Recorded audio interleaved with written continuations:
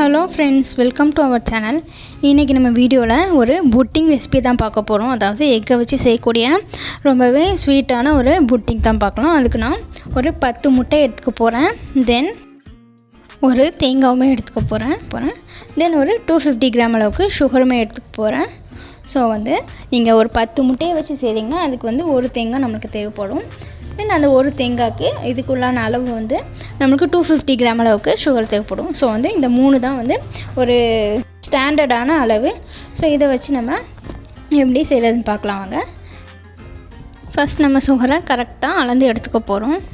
நான் 100 கிராம் அளவுள்ள கப்பு எடுத்துருக்கேன். ஸோ 2 கப் போட்டு தென் ஒரு பாதி கப், அதாவது 250 கிராம் அளவுக்கு சுகர் எடுத்துக்க போகிறேன். தென் ஒரு தேங்காவை மட்டும் நல்லா சாஃப்டாக அரைச்சி எடுத்துக்கலாம். அதாவது பால் எடுக்கிற பக்குவத்துக்கு நம்ம அரைச்சி எடுத்துக்க போகிறோம். எதுவுமே சேர்க்காமல், தண்ணியுமே அதிகமாக சேர்க்கக்கூடாது. அந்த தேங்காவை மட்டுமே நல்லா சாஃப்டாக நல்லா கட்டியாக அரைச்சி எடுத்துக்கலாம். ஸோ இப்போ நம்ம தேங்காவுமே அரைச்சாச்சு. தென் நம்ம சுகரை பவுடர் பண்ணி எடுத்துக்கலாம். ஸோ இதே மாதிரி ஒரு பெரிய மிக்ஸி ஜார் எடுத்துருக்கேன். அதில் நம்ம அளந்து வச்சுருக்க சுகரை போட்டு பவுடர் பண்ணி எடுத்துக்க போகிறேன். அப்போ தான் நம்மளுக்கு சுகர் சீக்கிரமாகவே கரையும்.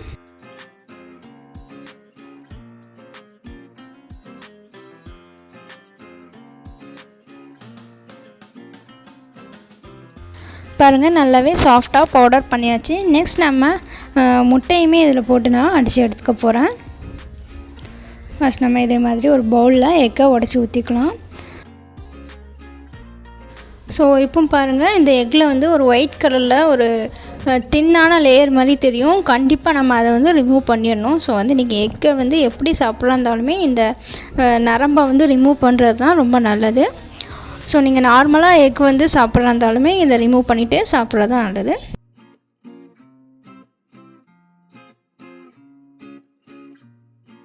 தென் இதே மாதிரி ஒவ்வொரு எக்கையுமே நம்ம தனித்தனியாக உடச்சி ஊற்றி நம்ம ஜாரில் சேர்த்துக்க போகிறோம். ஏன்னா சில எக் கெட்டு போகிறதுக்கு கூட சான்ஸ் இருக்குது. நம்ம மொத்தமாக ஊற்றும் போது எல்லா எக்குமே சேர்ந்து கெட்டு போயிடும். ஸோ நீங்கள் எப்போவும் எந்த ரெசிபி செய்கிறா இருந்தாலுமே இதே மாதிரி ஒன்று ஒன்றா பார்த்து சேர்த்துக்கோங்க.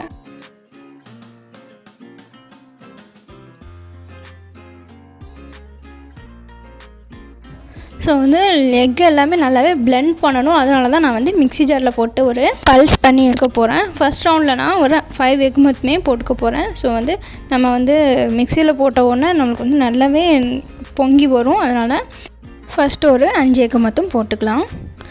தென் இதை நம்ம ஒரு பாத்திரத்துக்கு ட்ரான்ஸ்ஃபர் பண்ணிக்க போகிறோம். ஸோ பாருங்கள், எந்த அளவுக்கு எக் நம்மளுக்கு மிக்ஸ் ஆகி நல்லாவே ஒரு க்ரீமியாக இருக்குது. தென் இப்போ நம்ம இன்னொரு 5 எக்கை இதே மாதிரி மிக்ஸி ஜாரில் சேர்த்து ஒரு பல்ஸ் பண்ணி எடுத்துக்க போகிறோம்.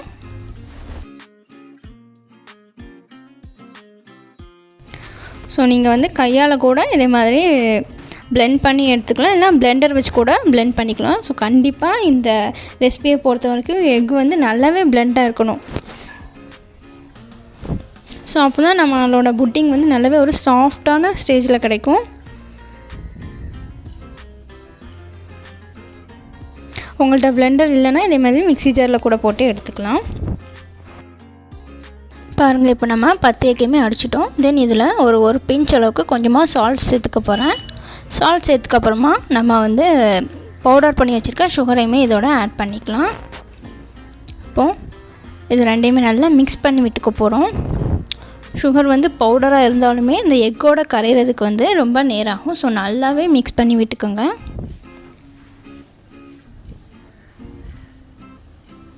ஸோ இந்த ரெசிபி ஃபுல்லாகவே நம்ம மெயினாக எக்கை வச்சு தான் செய்ய போகிறோம். நீங்கள் ஒரு 10 எக் செய்கிறீங்கன்னா கரெக்டாக தேங்காய் எடுத்துக்கலாம். ஒரு 250 கிராம் அளவுக்கு சுகர். இது கரெக்டான ஸ்டேஜில் இருக்கும். நம்மளோட புட்டிங் எந்த ஒரு சொதப்பும் இல்லாமல் கரெக்டாக வரணும்னா நீங்கள் இந்த மெஷர்மெண்ட் படி எடுத்துக்கலாம். தென் இப்போ நம்ம அரைச்சி வச்சுருக்க தேங்காயுமே பால் எடுத்து வச்சுக்கலாம். பாருங்கள், இதே மாதிரி ஒரு நெட் கிளாத்தில் போட்டு நம்ம பால் எடுத்துக்கலாம். ஸோ நல்லாவே கட்டியாக தண்ணியே ஊற்றாமல் திக்காக எடுத்துக்க போகிறோம்.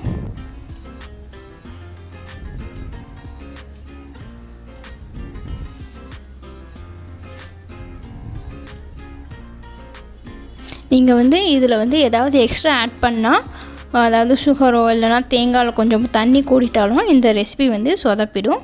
ஸோ இந்த மெஷர்மெண்ட் படி கரெக்டாக எடுத்துக்கலாம். இப்போ நம்ம தேங்காய் பாலையும் அந்த எக்கோடு சேர்த்துக்கலாம். சேர்த்து நல்லாவே மிக்ஸ் பண்ணி விட்டுக்கலாம்.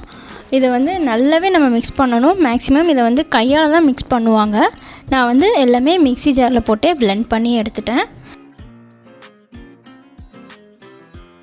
இப்போ வந்து அந்த சுகர் வந்து கரையிற அளவுக்கு நம்ம நல்லாவே மிக்ஸ் பண்ணி விட்டுக்க போகிறோம். ஸோ கண்டிப்பாக நீங்கள் வந்து எக்கோடு தான் அந்த சுகரை வந்து சேர்க்கணும். தேங்காய் பாலோடு சேர்க்கும் போது அது வந்து இன்னுமே கொஞ்சம் தண்ணியாகிடும். எக்கோடு சேர்த்து மிக்ஸ் பண்ணுறதுனால சுகர் வந்து கரையிறதுக்கு கொஞ்சம் டைம் ஆகும். ஸோ நல்லா மிக்ஸ் பண்ணி விட்டுக்கலாம். நான் வந்து இதே பாத்திரத்திலே தான் அவிச்சு எடுத்துக்க போகிறேன். நீங்கள் வேணும்னா வேறு பாத்திரம் ட்ரான்ஸ்ஃபர் பண்ணிக்கலாம். பட் நீங்கள் எடுக்கக்கூடிய பாத்திரத்தில் இதே மாதிரி பாதி அளவுக்கு தான் நம்மளோட மிக்சிங் இருக்கணும். ஸோ அதுக்கேற்ற மாதிரி பாத்திரத்தை எடுத்துக்கோங்க. தென் உங்களோட ப்ரெஷர் குக்கருக்கும் வைக்கிற மாதிரி எடுத்துக்கோங்க. இப்போ நான் வந்து இந்த பாத்திரத்துக்கு ஏற்ற மாதிரி ஒரு மூடி போட்டுக்க போகிறேன். தென் இதே மாதிரி ஒரு ப்ரெஷர் குக்கரில் இது தேவையான அளவு ஒரு பாதி அளவுக்கு தண்ணி எடுத்துக்க போகிறேன். தண்ணி எடுத்துகிட்டு இதே மாதிரி ஒரு மூடியை அதுக்குள்ளே போட்டு நம்ம வந்து ரெடி பண்ணி வச்சுருக்கக்கூடிய அந்த மிக்சிங்கை இதுக்குள்ளே வச்சுக்க போகிறேன். ஏன்னா வந்து இந்த பாத்திரம் வந்து ஆடாமல் இருக்கணும்னு சொல்லி கீழே ஒரு பிளேட் போட்டு இதே மாதிரி போட்டுக்க போகிறேன். ஸோ பாருங்கள், நம்ம வந்து இதே மாதிரி தான் வச்சு அவிச்சிக்க போகிறோம். ஸோ அதுக்கேற்ற மாதிரி உங்களோட பாத்திரம் அண்ட் குக்கர் ரெண்டையுமே சூஸ் பண்ணிக்கோங்க. தென் உங்களோட அளவுக்கு ஏற்ற மாதிரி சூஸ் பண்ணிக்கோங்க.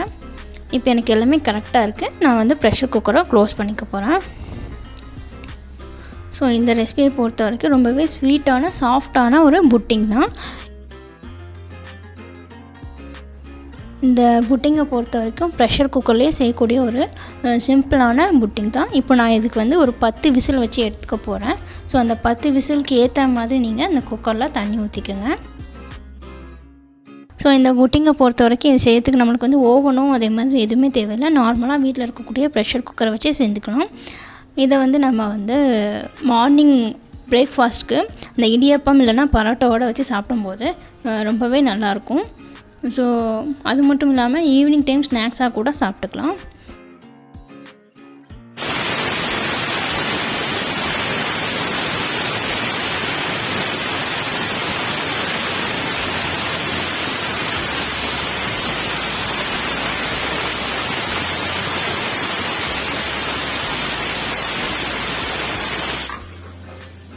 ஸோ ஒரு 10 விசில் வச்சதுக்கப்புறமா ஆஃப் பண்ணிக்க போகிறேன்.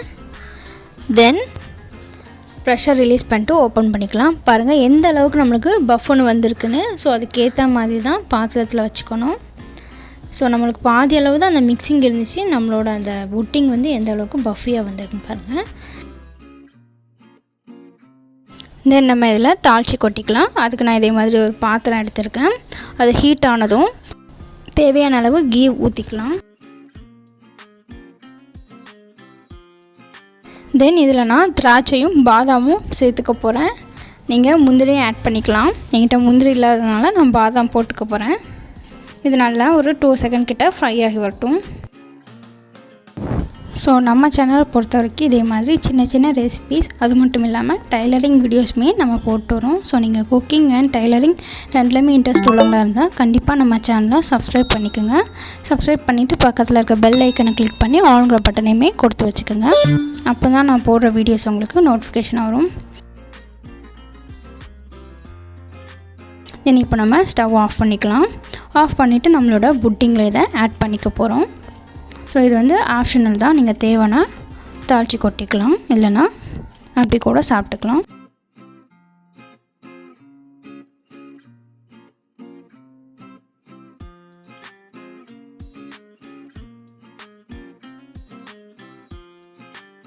ஸோ ரொம்பவே ஸ்வீட்டான ஒரு புட்டிங் தான் பார்த்தோம். இந்த வீடியோ உங்களுக்கு பிடிச்சிருந்தா அந்த வீடியோக்கு லைக் பண்ணி உங்கள் ஃப்ரெண்டுக்கும் ஷேர் பண்ணுங்கள். நம்மளோட ஸ்வீட் அண்ட் சாஃப்டான வட்டலாப்பம் ரெடி ஆகிடுச்சு. இதை வந்து இடியாப்பம் அண்ட் அந்த மட்டன் சால்னாவோட வச்சு சாப்பிடும்போது ரொம்பவே சூப்பராக இருக்கும். ஸோ கண்டிப்பாக ட்ரை பண்ணி பார்த்துட்டு எப்படி இருக்குன்னு கமெண்ட் பண்ணுங்கள். நெக்ஸ்ட் ஒரு யூஸ்ஃபுல்லான வீடியோஸில் மீட் பண்ணலாம். தேங்க்ஸ் ஃபார் வாட்சிங்.